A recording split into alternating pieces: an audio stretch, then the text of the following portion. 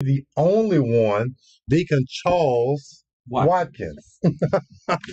And we are grateful to be here with our KGPJ family and share with you from our Sunday school lesson, which is found in the Union Gospel Press Sunday School book. And today's lesson covers what topic, Deacon Watkins? We'll get back to the book.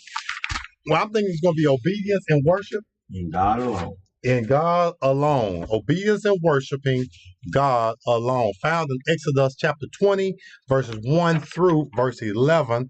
And our text, our golden text comes from Exodus chapter 20, verse 2 through verse 3, where we find these words recorded. I am the Lord thy God.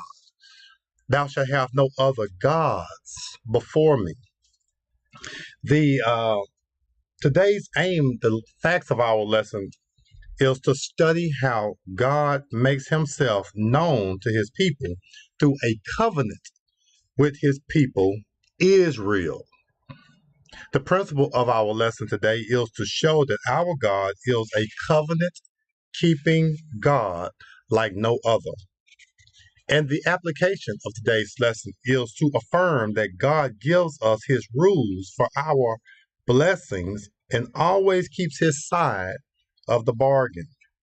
So praise be to God for our lesson aim and that we can try to follow along. The introduction of our lesson states, a covenant has two sides.